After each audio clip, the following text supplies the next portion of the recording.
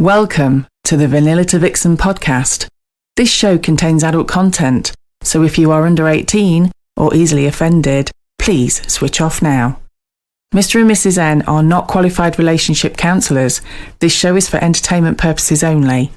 Now the disclaimer is out of the way. Sit back, relax, and enjoy our journey from Vanilla to Vixen.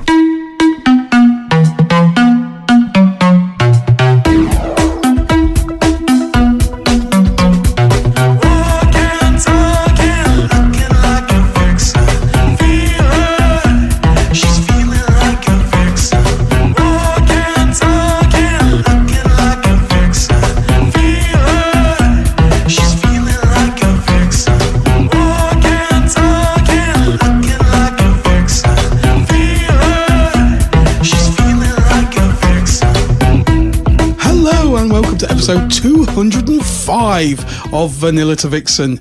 We are your hosts, Mr. and Mrs. N, also sometimes known as the Naughty Couple. Hello, Mrs. N. Hello, Mr. N. Welcome to 205. Wow, already. It's a great number.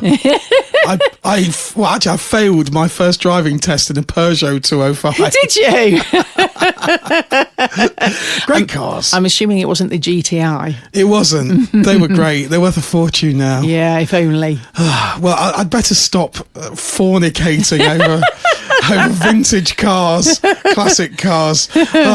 We've got a show to do. We've got so much to catch up on. I know. So it is us today, back in the studio, and we are taking you on a journey through 2 weeks of celebrations and naughtiness from the V2V Club.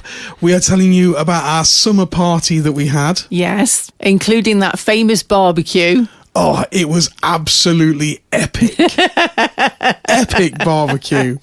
And also in this episode, we are touching on quite a serious matter. Swinging has been in the press constantly for the past month with Catrin Nye, who is a BBC journalist who has done quite an extensive report, some would say. Hit job, others have said. Yeah, we're going to dissect it a little bit, aren't we? Yes, we'll dissect it and see if we can make sense of it all. Yes. But meanwhile, we're talking about parties, summer parties. The sun is back out. We're hitting our fourth heat wave. I know. And all the people moaning that it's too hot. Don't say it to Mr. N. Blink and it'll be winter. I know. It'll be freezing cold again and everybody going, oh, it's too cold.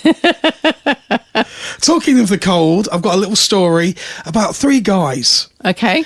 And they're all friends and they decide to book a lad's holiday together. Right.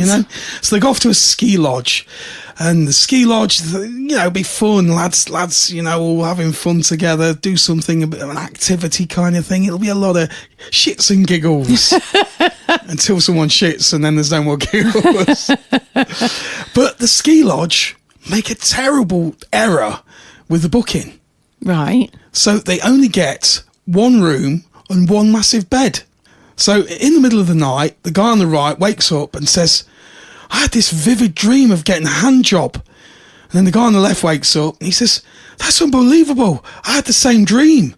And then the guy in the middle wakes up and he says, that's funny. I dreamt I was skiing. I kind of knew where that one was going. For all the people that are moaning it's too hot. Yeah, stop it. Otherwise you'll get more jokes like that. So let's go back in time 2 weeks ago. Yes, and the V2V Summer Beach Party. And it was kind of the official launch of our outdoor area at the club. Yeah, it was. Bless it. We have got our very own Alan Titchmarsh and, yes, it is Mrs. Curious Dubster, now also known as Charlie Dimmock. I think the only reason that you've nicknamed her that is because you don't want her to wear a bra. Well, there is that as well. She has a much finer chest than Charlie Dimmock. Yeah, we do have to do a massive shout out to the Curious Dubsters. They've worked super hard. They literally live at the V2V Club in Nuneaton. That's because we won't release them. No. We won't let them go.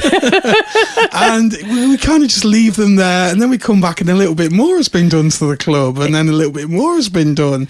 And it's just gone on and on and on. And we have now a proper V2V garden. We do. It's amazing. It's beautiful. And we sat out there the other night, and I did say it is my favourite space. I love the club. I love all the rooms. I love everything we've done with it. But that space, I just adore. And we have a mountainous wall bigger than Donald Trump's. We do. And it's huge, so no one can see over. It's really private. So people could just sit there, you know, in revealing outfits if they want to. Totally, you know, private. It's an amazing area. It is. We've got AstroTurf down, so you can pottle around barefooted if you wish. You can play with my sticky balls. You can play with Mr. N sticky balls, yes. I suppose we should explain what that is. Possibly. So we have sticky balls and a target on the wall, and people have made their own games up with all sorts of naughty forfeits.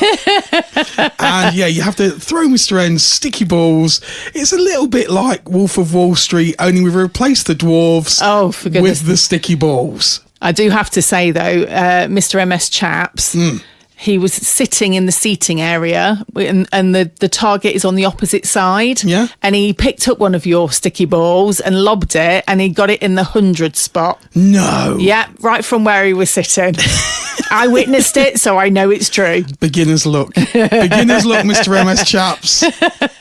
We've also got our very own purpose-built smoking shelter now. We have, for our thanks smokers. to the Curious Dubsters who worked all through the night. Oh, they did. They kept sending us messages. We had a message about 11:30 at night. Yeah. Then we had another one about 1 o'clock saying that they were dying and could they have a flapjack? And it was like, why are you still there? You're mad. Absolutely crazy people, but it is amazing. Yes, so when you come and visit the club and you go and have a look outside, you must give an all halo to the Dubsters, because it's thanks to them. The whole club is thanks to the community. It's just the crew, the community. You've got, you know, Billy Ann who built all the walls, bless him. Roger's in the cabin girl. There's so many of them. Everybody who has helped. Well, if you do come to the club, you will see that we have a pillar of provocateurs. Yes. And that actually is the list of everybody that contributed to building the V2V Club. Yeah. And originally we were going to put more names up there, and everybody was like, no, I think you should just leave it as it is. The people that actually built the club, and that should be to them. It is. You know, and that's what we've decided to do. See, we do listen. We listen to people's ideas and thoughts and everything, don't we? Absolutely, yeah. So let's go back. 2 weeks ago, we did the official opening of the V2V Outdoor Garden. Yes, we did, with our wonderful V2V Summer Beach Party. It was Vanilla to Vixen. It was back. Vanilla to Vixen party. I kept the numbers ridiculously sensible. You did, but it was still in there, Mr. N. It was still a classic V2V beach party. It was definitely V2V. It was 100% V2V. But someone was like saying, "Oh, I can't believe it's almost sensible." So I don't know. Christmas, I might go mad. So let's just set the scene for you guys. So at this point, we didn't have the smoking shelter. And obviously, Mr. N, if you haven't listened to previous podcasts, Mr. N had kind of decided that we would be doing a barbecue, but unfortunately forgot to tell us and the crew. I did. Until about 2 weeks before. You know, I like to create these like special surprises for you all. Yeah. I don't like things to be boring. And it wasn't just that, but we'd had people that had also contacted us to say that there is definitely going to be the barbecue. Yes, because they know me too. Yeah, exactly. We always pull these things out of the bag, but they're never kind of like slowly organised. I like to keep people's hearts racing. I like things to be, you know, a little bit exciting. But luckily enough, we have volunteers who have catering experience. Yes. Professional caterers. We can't say any more than that. And they luckily stepped in miraculously and produced an amazing barbecue for us. It was brilliant. It was absolutely brilliant. And everybody really enjoyed it. And it was kind of a barbecue of two halves. Yes. Because we did the barbecue kind of early on because we thought people would want to eat before they settle and play. Yes. And then obviously you play, you get a little peckish. You can have a sausage of two different kinds. Absolutely. So that went down really well as well, which was quite good. And not only that, but we also had some games. A very special game. We did. Fuck a duck. Fuck a duck. Why are you laughing? Not literally. Well, no. I can hear the RSPCA knocking at the door. So we had a paddling pool. Yes. And in said paddling pool were 10 little ducks. Not real ones. Not real ones, no. And on said ducks was a number. That's right. A different number on each one. However, you decided to kind of adapt the hook bit, didn't you? I decided that the game was too easy. Bear in mind, I had bought it, and I think it said for ages 3 to 8. So I was like, I know, this saying that once swingers take their clothes off, they can turn into naughty children, mental people. But, I thought we need to up the challenge a little bit for people. So rather than people hold the little fishing rod in their hands. So you get 2 little fishing rods. Yes. They're not very big because it's for ages 3 to 8. So I would say I don't know, I'm going to stick my neck out here and say about 14 inches. Ish.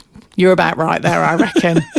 First time Mrs. N has agreed with me on size. Yes, exactly. Yes. So you decided that we needed to make it a little bit more difficult. So I came up with a new game. Fuck a duck, head fisherman. Head fisherman with creating like a hybrid fishing rod in a crown. Yes. I'm glad you said that because if you'd said head fisherman, they could have thought it meant something else. I don't know. I'm not following you on that one. Willy. Oh, I see. Could be. I thought you were going maggots or something like that. This is just turning into chaos. So anyway, yes, going back to head fisherman. Yes. I created these crowns using masking tape and 2 light fittings. No expense spared. It was a Blue Peter very special creation. Don't be so blue, Peter. That was from Alan Partridge. So yes, we created these magic crowns. They were absolutely magnificent. Oh, they were. They were. So people would put them on their head with like the fishing rod sticking out the front. And you had to bob your head up and down, almost in like a blowjob fashion, to hook a duck. To hook a duck. And then when you hooked the duck, what happened? The duck had a number on its bottom. Yeah. And the number corresponded with a dare. And the dare was created by that gorgeous girly, Mrs. M.S. Chaps. It was. She did a corker of a job on them. She did. Now, I know that she can be quite mental at times. So I was expecting anything from climbing into like a little box, which is one of our favourite pastimes, we won't go there, to basically anything, running around the streets like Lady Godiva. So the one that I got, I thought was very good. So I had to take somebody's hand and rub it across a certain part of my body that I wanted to. I missed all of this. You missed that. Mr. Curious Dubster was the recipient of my dare. I do know that one of them was you could flash a body part if you wanted to. What was the one you got? I had to stand up and do a monologue in a famous character or something about myself. Mine was quite sensible. No. Didn't you go full on Tina Von Teese? I actually, yes, it was like one of your idols or something. Yeah. And I chose Tina Von Teese. You did, and it was very good. It was very lifelike. I shall recreate it for you now in the magic of podcasts. I stood up, and the people had to guess who you were. Yeah. So I thought, I've got to pick somebody prolific, somebody who stands out in a crowd and is magnificent. It's our own Tina Von Teese. Yay. So I stood up, I got into character, looked at everyone and went, "You're a very naughty boy." It was uncanny. Everybody immediately went, it's Tina Von Teese. It was like she was in the room. It was. It was. So I won. Very good, darling. Absolutely. Very good. I got a little blue Peter badge. Something like that. So we had Fuck a Duck. Obviously, we had your sticky balls. Yes. Didn't we? We had quoits. Yeah, people were paying quoits for naughty dares and naughty treats and something like that. There was just lots and lots to be entertained with. It was like a naughty adult fate outside. It was such good fun. It was warm, and then you walked in, and then the club was like empty because everyone was in the garden. At one stage, I kind of walked out and went, everybody's outside. It's crazy. Such a great social space, though, isn't it? Yeah. So, and I was very grateful we had air conditioning. A huge thank you to Mr. and Mrs. Curious Dubster, who did a lot of help in the catering as well. Yes, she did. They were amazing, and she said her hair smelt of beef burgers. She had beef hair. Beef hair. Which I think you found that quite a turn on, didn't you? I did. I've worked out now with Mrs. Curious Dubster, who calls me a dirty bastard. She does. And so she's not wrong. I kind of wind her up a little bit with it. And she went, oh, my hair smells of beef. I went, oh, that's a real turn on. I want to bite it or something. She went, well, here you go. Have a bite. And I was like, no, it's horrible, really. She kind of played me at my own game and called my bluff, and I folded. Yeah, you did. But yeah, I would say that we had another successful V2V summer party. It was amazing, and it was the first V2V summer party at the V2V Club, and it was memorable and just so much fun. Yeah, a lot of fun. So put it in your diary for next year. Absolutely. And then we moved forward a week, and we had a party I've been waiting for ages. It was the debut of the Curious Dubsters idea. Yeah. Which was just an idea in embryo. It was, bless them. It was just a conversation, and we turned around and went, that's a great idea. Why don't you do it? It was like a bring your own vinyl, be a DJ night. Yeah. That's the kind of concept. Mr. Curious Dubster was like, have you ever been to one of these like bring your own vinyl nights? I'm like, no. It's like a cross between karaoke and be a DJ. Yeah. Isn't it? Karaoke DJ. There must be like Darioke or something. Oh, God. Darry-jokey. Darry-jokey. Darry-jokey. That's a new word. I'm copywriting that. So it was a kind of like bring your own records, and I noticed a few people. We had quite a few new couples there that night. We did, and it was on Friday night, and it was just absolutely brilliant. And people were like getting lost in the DJing, and I think they forgot to play. I think again we need to set the scene, Mr. N. Yeah. So Mr. and Mrs. Curious Dubster had the DJ decks set up on the dance floor. For that night, we had a mobile DJ booth. Yes. We a proper one. We didn't go out and build this out of like blue tack and sellotape. This was proper. So we had this proper DJ booth on the dance floor itself, and we did that rather than everybody that's been to the club knows that we have a DJ booth about 250 foot into the ceiling. It's higher than the Shard in London. It's like a dirty shard. Oh, God. But so that's too high. We can't use that one. We need one on the dance floor so people can interact. Exactly. So we've got ourselves a mobile DJ booth, which is all really cool. You can kind of like have silhouettes on the bottom of it. But Mr. and Mrs. Curious Dubster had lamented all over it the Vinyl Voyeurs flyer. This big sort of like what would you call it? Like a fabric. Yeah, it was hanger. Like a bit like a flag, but yeah, fabric hanger is probably the best way to describe it. With their own brand new logo. Yeah. The Vinyl Voyeurs. Yes. And bless him, he was in his element all night. Mr. Curious Dubster was DJing. Yeah. And then he passed over the decks to the newbies. Exactly. So you had a choice, because Mr. and Mrs. Curious Dubster have quite a substantial collection of vinyl. Slightly bigger than Elton John. Slightly, which obviously they brought along. And you could either choose a record from their collection. Which was anything from like Tamiya Motown, sort of like really old 1960s R&B. Yeah, there was stuff. 90s in there, wasn't there? There was 90s house. Just, yeah, lots of house, because they are like real ravers. Oh, they are. They do love their music. So it was quite an eclectic mix, I would say. Very much so. But then obviously you could bring your own, which some of the people did, which was brilliant. Yeah. And what I loved about it was the fact that you were listening to music that you probably haven't listened to for quite some time. Yeah. And we were all saying, because we got in a conversation, we were saying how it transports you back to a memory. Instantly. I was like on the school bus when I was 15. Exactly.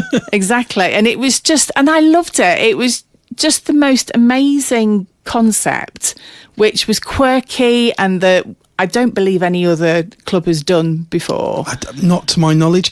And the thing it did was it was that magic thing that brought everyone together, communicating and making connections. Yeah. And that's the most important thing in a swingers party. Yeah. And I think there's two things that do that. Food. Yes. Food always gets people talking, and music. And music, absolutely. But not only was it just about the records, Mrs. Curious Dubster had really gone to town. She'd done little goodie bags for people. We had popcorn. Yeah.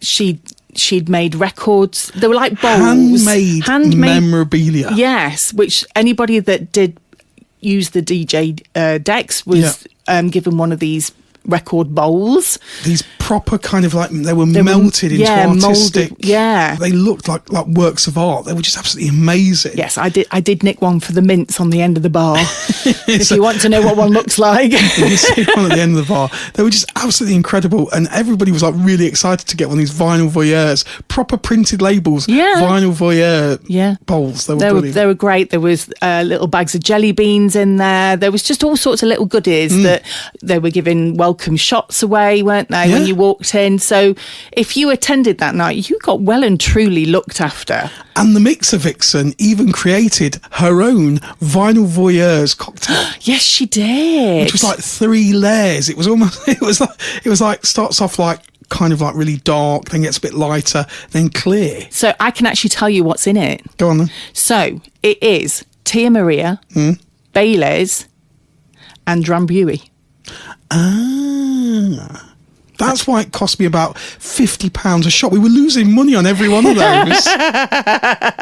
No wonder. But not only that, the Mixer Vixen had bought our very own V2V shot glasses. Yes. Didn't she? It says established 2026. Yeah. It's amazing. With our logo on it. They're amazing. So thank you very much to Mrs. Mixer Vixen. Amazing. I do have to say, though, there was quite a funny point towards the end of the evening. So after everybody had a go and played their records and we'd all had a bit of a boogie and we were really enjoying it, most people went off to play. No, I think nearly everybody went. Everybody went off to play, apart from the Curious Dubsters, bless them, because they were still on the decks. However, some of us went off to play with some other members of the crew, much to Mr. Curious Dubster's disgust that he was still working. He had a little cry. So he decided to play some tunes for our benefit, didn't he? Yes, yeah. So we were in we kind of hijacked the Paris room, which is the big playroom. It's the big playroom, the Paris room. So we kind of hijacked that. The whole crew was in the Paris room, facing the PA system, which is quite a large PA system at V2V, and all of a sudden, blaring out of the speakers came Nelly the Elephant. Yes, and also, I don't know who sang it, but also the song that goes, Come Together. How can you not know who sang that? Who was it? Was that the Beatles? It's the Beatles. Oh, that's fine. I couldn't Abbey remember. Road. Oh my God. So yes, Mr. Dubster was being a little bit cheeky. A bit naughty. Yes. Now, if you're sitting there in your car or sitting at home thinking, oh my God, I've missed all the fun. If you've got serious FOMO, we're doing it all over again next week. We have 2 amazing parties, both almost sold out. Yeah. So on the Friday, this is next weekend. So this is August the 7th and 8th. So August the 7th on the Friday, we have Mr. and Mrs. MS Chaps. Yes, we've talked about them. Yes, it is Thor and Wonder Woman themselves. But we don't know what they're going to be on that night because they are the sexy soups. They are. I first thought chicken and tomato. But then he explained that soups... Wasn't a French onion. No, it was nothing to do with French onions or... What are those little things you throw in soups that are hard? Croutons. They're like hard bread. They're disgusting. That's how you can differentiate what class you are. Yeah. Do you like croutons? And no, I don't. So I instantly drop a social class. Anyway, so it was explained that it wasn't cream of tomato. No. And I got it completely arse about tit. And it was actually superheroes. Yes. So they're doing a sexy superheroes night, which is right up their street because they really love their superheroes. So it isn't compulsory. You don't have to dress up as a superhero. Not at all. Only if you want to. You have got time, Amazon. Look on Temu, you've got time. You see, now, I know what you're going as. I'll tell you. I am going to start off with, it was meant to be Batman. It was. From I'm talking like retro cool Batman, Michael Keaton, 1990, when Jack Nicholson was the Joker. Okay. A very specific Batman. So that kind of went a little bit wrong. When I introduced my purchasing partner, Temu, into the equation. Is that when they sent you the GIMP mask? I'm now going as the Gimp from Pulp Fiction, which is around the same era, because my Batman mask looks a bit like a Gimp mask. It's very good, actually. It's not bad. Yeah. Anybody that remembers Pulp Fiction, let the Gimp sleep. So I've had to change my outfit. You were originally going as Jimmy Riddler. I'm Jimmy Riddler. Yeah, I found out that there was a woman Riddler costume, which I thought, oh, that's kind of cool. It was really cool. It was really cool, but unfortunately, they were out of stock. Oh, I see. So I've not been able to get that one. Okay. And then I thought, well, I could do the whole Catwoman thing, but our beautiful mixer Vixen, bless her. She suddenly announced last week she's going to be like Catwoman. She is. So I thought, no, that's fine. You can do that and I will find something else. You can come as the sexy pussy. So I have purchased something quite unique. Okay. And I am not telling you what it is. Oh. The only person that knows is Mrs. MS Chaps. Oh, shit. I'll never get it out of Mrs. MS Chaps. Her lips will be sealed. So if you guys want to know what I'm going to be, what superhero I'm going to be, you need to come along. We'll have to put some pictures on X, I think. Okay, we'll do. Maybe on Fab Swingers as well. We'll do. You're never going to guess. There's no chance of me finding out from Mrs. MS Chaps. Nope. No chance. Her lips are sealed. That's an amazing party on the Friday. Yeah.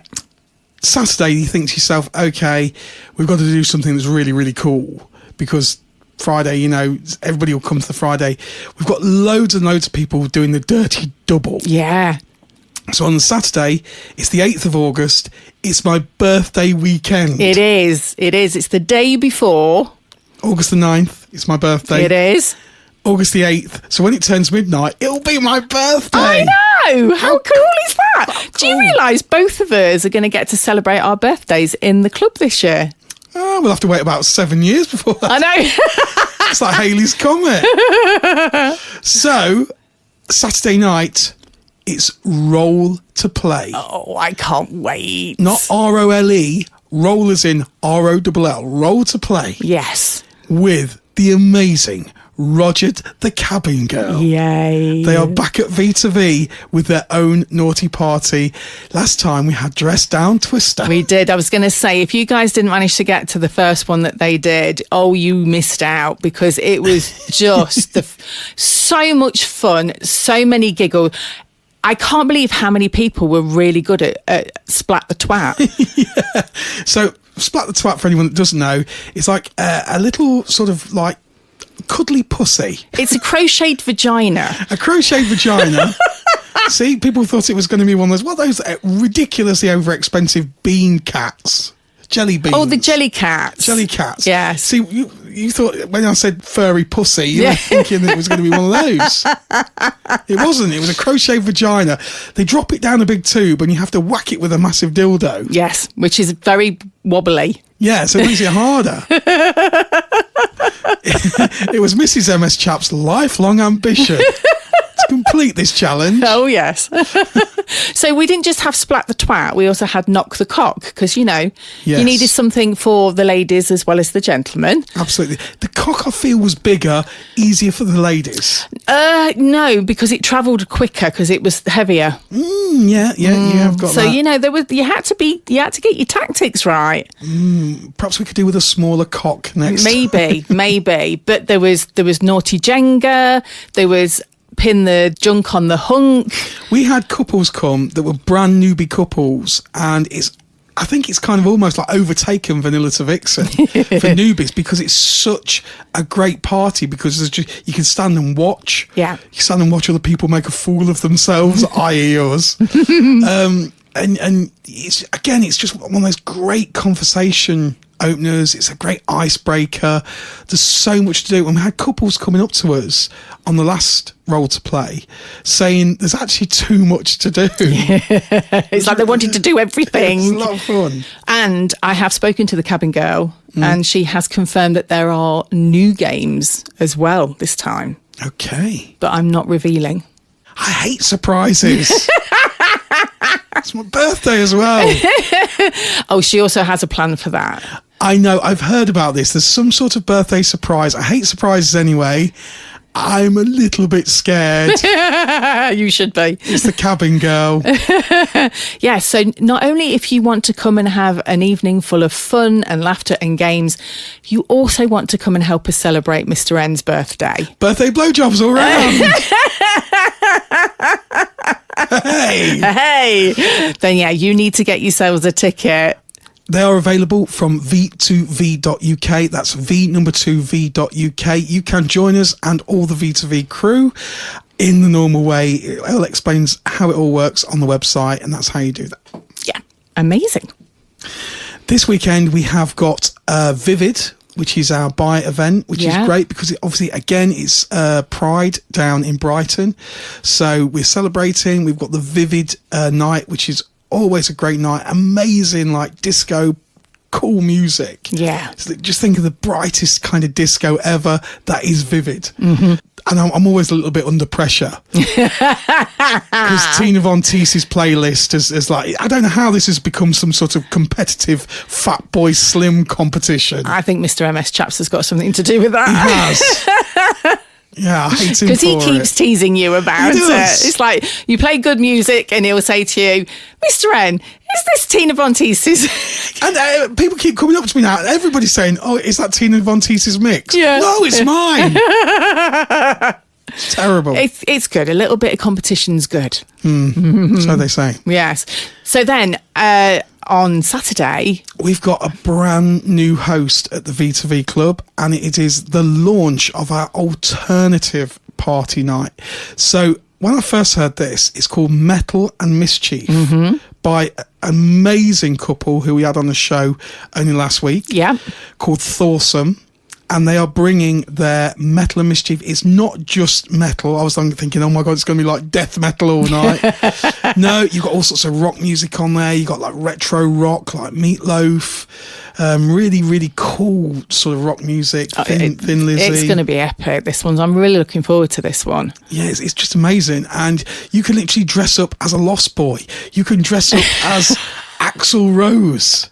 It's just the coolest party ever. So that is on Saturday night. That one's for couples and single ladies only. Yes. That's this weekend. Next weekend, as I say, we've got the fun and games and the naughtiness and madness of Mrs. MS Chaps. So that is our events and everything covered. And this episode, we did promise you what we were going to talk about onto a more serious topic. Yes, because this has been in the news and it's been over social media everywhere. So a lot of people are talking about this. So if you Google swinging at the minute, the first thing that comes up is the BBC, and it sadly comes up with like a really, really terrible story from a lady called Ruth O'Grady. Yeah. Who claims that she was coerced into swinging. Her story is particularly harrowing. She claims that it was coercion and manipulation from her, at the time, husband. And although she was enthusiastic at the time to go on fab meets, and she had up to 5 fab meets per day, some of the details in her story are quite shocking in as much as they involve she had STIs and caught STIs, and even had to have an abortion at one stage. So the details are really quite difficult to listen to at times. Yeah. So this story is on BBC Wales. It's a podcast called Swingers, broadcast by a lady called Catrin Nye. Now, obviously, this is already out there. You can listen to the podcast. So we don't want to focus too much on Ruth's story today, but more on how the actual story is broadcast to everyone out there. So we begin with the title of the podcast, which is called Swingers. And personally, I think that the title is quite misrepresentative of, number one, our community. The swinging community, is very protective generally of women. All clubs look after women very well. And it's something that I think the majority of the swinging community have forefront in their minds. But Catrin Nye's podcast, Swingers, doesn't feature that at all. It focuses more on, certainly on hot wife dynamics and whether women are exploited. And I mean, some of the kind of rhetoric that was used by the BBC, I have to say, I think is unfair to certain online adult social media websites, because Fab Swingers is directly being blamed. Yeah. And I mean, this has kind of reached government level. So this is like national level. I mean, you can't get sort of like higher than the Houses of Parliament. And the minister, or the former minister, I think she is now, they change every week. It's hard to keep up. So the former minister for safeguarding, which is Jess Phillips, actually came out and directly said that Fab Swingers should clean up their act. Yeah. Which I don't know how Fab can directly be blamed for coercion. No, I mean, it's a tool. It's a platform that's there for people to use. Yeah, so take, for instance, somebody murders somebody with a spade. You don't go, well, I think Spear and Jackson, who make very good quality spades, you don't automatically go, well, I think Spear and Jackson should clean up their act and make more blunter spades, or less heavy ones. Well, it's the same thing about guns, isn't it? They say it's not the gun that kills people. Yeah. It's the person that's using it. Yeah. Fab Swingers has rightly or wrongly been accused. And I personally think it's quite unfairly, because the BBC have said that Fab Swingers has been brought into crime reports. So they've done a Freedom of Information Act with a lot of police forces. Yeah. And for instance, I think, and I'm just going off the top of my head now, that in Staffordshire Police, I think it's Fab Swingers has been brought up like 3 or 4 times in various crime reports. Obviously, we don't know any context of that. No. And I think there's probably overall around the UK around 17 or something crime reports of Fab Swingers. But then if you compare that to another online, for instance, dating app, Tinder's brought into crime reports far more than Fab. Yeah. I don't think the amount of crime reports where Fab Swingers are mentioned is particularly large in context with how many people use Fab Swingers. Yeah. When you look online, there's around 40,000, 45,000 people online sometimes at one time.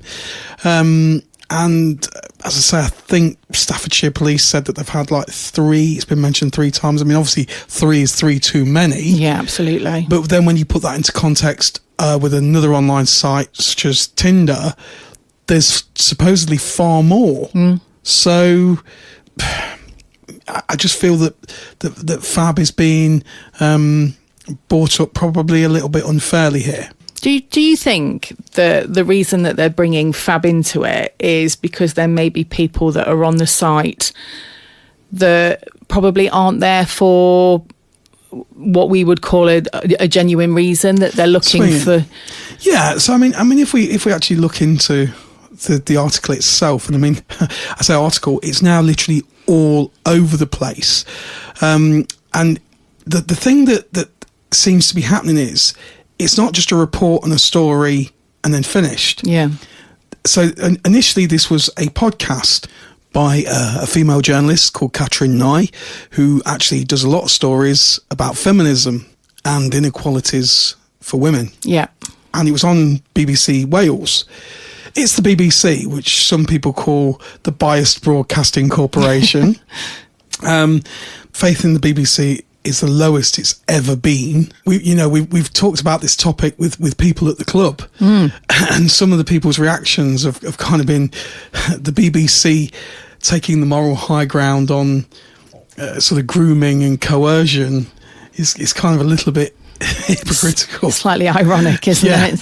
Yeah, with the BBC's history. So to give this sort of story a bit of context so people understand how it's been reported, I'm going to read out a little bit from the Observer.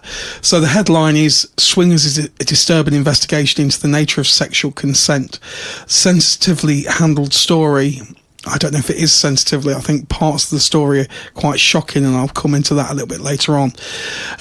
The sensitively handled story of a woman whose husband opened their relationship on a swingers site is a deeply upsetting but essential listen. The BBC Radio Wales documentary series Swingers, made by the talented investigative journalist Catrin Nye, has been dominating the podcast charts over the past few weeks, and it's not hard to see why. It's gripping true life tale sensitively but thoroughly reported. It is also, as Nye makes clear from the start, extremely upsetting and very sexually explicit. We're not sanitising disturbing details or the language used, says Nye. They're an important part of the story. The story is Ruth O'Grady's described as smiley by an old teaching colleague. O'Grady is from a small town in North Wales. She returned there after graduating from university and met Chris, a barman they initially seemed to be a good match, though O'Grady says that sexually things could be a bit rough. After a few years, he pestered her into opening up their relationship sexually to involve other people, and they joined Fab Swingers, which is a popular swingers website. Fab Swingers says it has robust safeguarding measures to prevent abuse. On the site, O'Grady was designated as a hot wife, meaning a married woman who has sex with other men other than her husband. Everything in this series has been put to Chris, who has not been prosecuted and has not responded to the producers. O'Grady says he wasn't directly involved in the swingers' sex. Instead, he instructed what should happen to her in the encounters and got her to film them. He had rules. Choking, slapping, hair pulling and misogynistic abuse were okay, but punching, scratching were not. O'Grady went on along with this. At the time, she'd been signed off work, Chris was her official carer, and these traumatising sexual encounters became what she did, up to 5 times a day. She began to break down physically and mentally. Though Nye tries to give the subject air by attending a female-run swingers party in Liverpool, complete with dungeons and torture equipment, and by interviewing a man who has used Fab Swingers' website, it's O'Grady who stays with you. She says many men who had sex with her never really acknowledged her. They spoke only to Chris. And the kind of article carries on from there. Yeah. So it kind of points out, but I want to sort of talk about really, I feel that the Observer is very, very biased towards the report of the BBC. I don't think that the report is very good. No. And I want to point out one real shocking part of that BBC documentary that nobody seems to have picked up on. So, I mean, if we sort of break it down and let's sort of analyse it and just see if we can make sense of this. So the other side to her speaking to Ruth, she then wanted to look at it from a man's point of view. Yeah. So... And I'm just going to bring up, before she went to the man's point of view, she went along to the club in Liverpool, I believe it was, which is Townhouse. And you will never hear me calling out another club negatively. No. But I think what Townhouse did was quite shocking. I was so surprised when we sat and watched that. So she went along to Townhouse, which I believe is in Birkenhead. Yeah. And she went along and obviously told them she was a reporter. And Townhouse allowed her, from what I can see, I obviously haven't spoken to the club, but they allowed her into the club. They knew she was there in a journalistic sense, and they allowed her to walk around the club as a journalist, but undercover. Yeah. So Townhouse knew she was a journalist, but everybody in Townhouse didn't know. No, the cover story was that they were newbies. And I really am speechless. Because to me, that's a direct break of trust. If somebody comes to the club, and us as club owners, obviously we don't know everybody's backstory. You know, you don't know what people do for a living unless they choose to tell you. Yeah. But the minute somebody says to us, okay, I'm a journalist and I'm here under journalistic terms, then I'm either going to tell my entire client base who are walking into that club and say, we have a journalist here tonight. Or number two, and this is the one that I'm really going to do, is go, no, you're not welcome in the club. Yeah. Now, we were approached by I'm not going to say who, we were approached by a journalist about a month ago and about swinging. Yeah. About the swinging topic. And we turned it down. We did. I don't know if it was about this story, but the time frame kind of matches up. I'm just absolutely gobsmacked that a club would allow a journalist into their club and not tell people that they're a journalist. Yeah.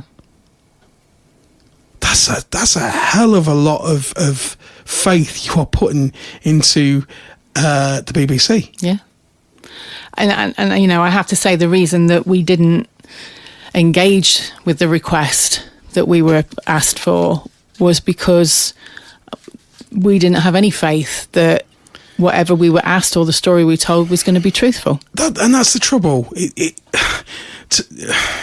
You know, the BBC is at a low point because it hasn't exactly been trustworthy. No. It doesn't matter what side of the political argument you're on. The left seems to hate the BBC as much as the right. It just seems to be unilaterally despised at the moment. And it is dying. The BBC is dying. You know, people are leaving and not paying their TV licenses. It's an enforced dinosaur of a product. And as someone who I think you and I, Mrs. N, you know extensively what a hot wife dynamic is, how a hot wife situation works, you know, according to her claims, this isn't a hot wife situation. Absolutely not. And it's not swinging. Nope. And I think that the way that this has been reported is very, very anti-men. I think it's anti-swinging. And I think part of it is irresponsible journalism. And here's a point I want to make. I think the whole swinging community, the ethical non-monogamy community, is being hit and being labelled because of the actions of a few, or in this case, one alleged actions of a very bad husband. Yeah. Now, if they were to target Grindr, for instance, the gay dating app Grindr, I can't see the BBC calling their podcast, gay community, which is exactly what they've done with this podcast. They've called it swingers, which in my opinion gives it a false representation of the community. And part of the story that is part of this podcast should be an absolute red flag, bells ringing, and it's startling, and it's just brushed over as one little part of the story. And I don't know if you want to sort of take up from here, Mrs. N, and give that part of the story as it was sort of broadcast in the BBC podcast. Yeah, absolutely. So Catrin wanted to see it from a man's perspective, or she wanted to try and understand a little bit from a man's perspective. And she wanted to know whether they felt, did women really want to do it? Okay. Is how she worded it. And how was this presented in the podcast? So they spoke to a gentleman who used the name of Martin for the interview, and she asked Martin how many people had he slept with. And he confirmed that he'd slept with around 50 to 60, mainly married women, where the husbands just like to watch, which would kind of coincide with the fact that's quite a hot wife scenario. Hot wife dynamic, yeah. Yeah. He goes on to tell a story about a time when he had group sex with a couple. And he said beforehand there was lots of messages with the woman. She sounded really, really keen. But when he arrived at the house, there was another man there. And he said he thought that the woman looked like she'd been badgered into it by her husband and the other person. While obviously things were happening, her husband and the other person were saying things like, go on, harder, harder, harder. And Martin said he thinks that the wife was coerced into the situation, and he felt that she was made to have sex with him. So Martin goes on to say that that's not a turn on for him, and he wasn't okay with that.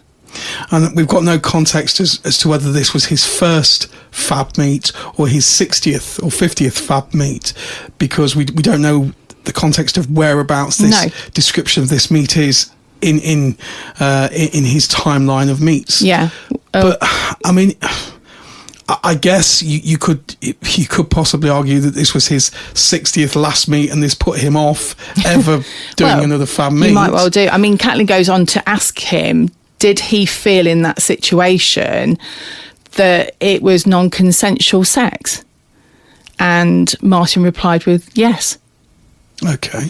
So then it becomes literally the R word. Yeah. The non-consensual R word, which I'm not going to say because I don't want this podcast flagged and removed by any online broadcasters. We're on Spotify and different places, and they have different rules about the R word, the non-consensual R word, and I don't want it to be removed because I think this is a really important episode and an important podcast about this. And I'm not taking anything away from her story. What allegedly has happened to her is horrendous, and it does sound absolutely like abuse, coercion, and absolutely just horrific. Do you not think, though, that there should be some sort of responsibility with the man that's involved? If, like Martin, he felt that it wasn't consensual, surely he has a responsibility to go, I'm not doing this. Yeah, absolutely. And I mean, that brings the question of safeguarding and fab swingers, which Jess Phillips obviously questions fab swingers on, as to what sort of people are on there. But in Fab's defence, it says that it is not responsible for the behaviour of every single individual who uses that website. In exactly the same way, Colt, who make firearms, aren't responsible for every single murder that is used by a handgun. Yeah. You know? It's a case of people using it irresponsibly. Yeah, absolutely. And people that shouldn't be using it at all. Yeah. But the thing that is startling to me is that nobody has brought this question of this Martin character. And I mean, if you want to carry on, Mrs. N, what the article then says in relation to, I believe, Catrin asked him a question regarding how many meets he'd had and how many women were eager to meet him. Yeah, I mean, Martin goes on to say that he thinks over half the women that he'd slept with, he felt didn't want to be doing it. I mean, I'm just speechless. So the guy is saying that he feels there's an element of non-consent there with over half of his fab mates. Yeah. But he's carried on. So let's say he's had 60 meets. He's felt that 30 of those meets are non-consensual. Pretty much. If going by what has been reported. Now, I don't know at this point whether the BBC would have literally reported him to the police. Because to me, somebody that goes on a number of fab meets where they don't feel that the woman is giving proper consent, he shouldn't even be there. Well, I think the thing is, he's either very bad at picking up on people's reactions and everything else for it to keep happening over 30 times, or, I hate to say it, he's just happy to go along with it. I'm just absolutely gobsmacked that bit hasn't been picked up on, and it just doesn't seem to... Nobody seems to care that has happened. No. And so, to me, that's the bit, the most shocking part of this story. We go back to the lady Ruth O'Grady, this awful coercion and grooming and whatever. Presumably, because of what she said, no charges were brought against her husband. No. It wasn't even a charge brought against him, and it was dropped. There were no charges even brought against him because she says at the time she was enthusiastic about it. Yeah. And so here's where the difficult question comes in, is what is consent? Can you treat consent retrospectively? Because that's almost what the BBC are saying. That at the time she was enthusiastic. She was going on meets on her own, by her own, decision. And then I believe, I want to get the wording exactly right, Mrs. N. Catrin actually says, she describes that Ruth said there was a slow, gradual realisation that she was becoming more terrified with the sexual encounters that she was being involved in. She goes on to say that she didn't want to do it and she never wanted to join the website in the first place. But at the time, she gave consent. Yeah. And she was happy to do it. Yeah. But then retrospectively, obviously, she wasn't. No. And so, you can then understand why no charges were brought against her ex-husband, because consent can't be a retrospective thing. Yeah. You can't remove consent after the situation has happened. Yeah. You obviously you can't prosecute someone when they say, yeah, I want to have sex with you, and then later on go, no, actually that was a mistake. Yeah. There've been an awful lot of people in a lot of trouble because we've all made a lot of mistakes in life. Yeah. And consent has to be given at the time before anything happens. It's really simple. Yes, I want to do this, or no, I don't want to do this. But then afterwards, it becomes a regret. Yeah. But I think that the point that the BBC is trying to make is that consent isn't consent if you are coerced into something. And that becomes a very difficult area when someone is verbally giving consent at the time. And I think that's a good question that's raised. And the other thing you have to look at as well when you're talking about Martin, and obviously he was saying he felt half the women he slept with didn't really want to do it. There's no follow-up to that as whether when he was in that situation, did he carry on or did he stop? Yeah, I would love to hear the unedited tapes. Yeah. Because I just don't feel that was given anywhere near enough time in the documentary, and I'm just pretty shocked at the wording he used. Yeah, absolutely. I don't think it's been given the full context at all, has it? No. And obviously it's left open for people to be able to, decide what they think that means, which... I would like to know if Catrin reported that to the police immediately after that interview. Yeah. Because if you've got a guy that says he's been on 50 to 60 fab meets and he felt that half of them weren't really consensual, because he's saying that he felt that they were there against their will. So why did he carry on having these fab meets if that was what he was feeling?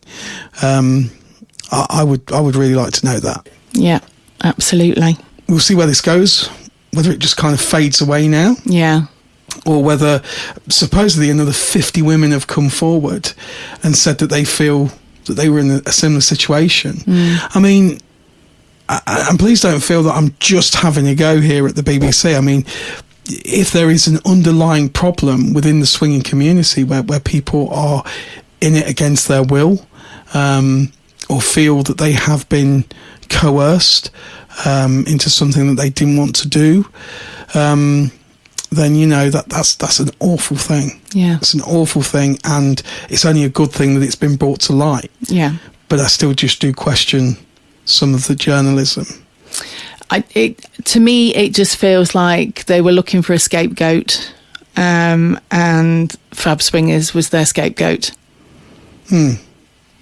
Yeah, I totally agree with that. It just seems to be a little bit of a hit job on swinging.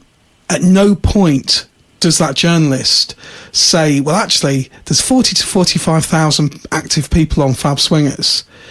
And going by the figures that were used in her own report, supposedly, half of those people, being women, will be against it. Yeah.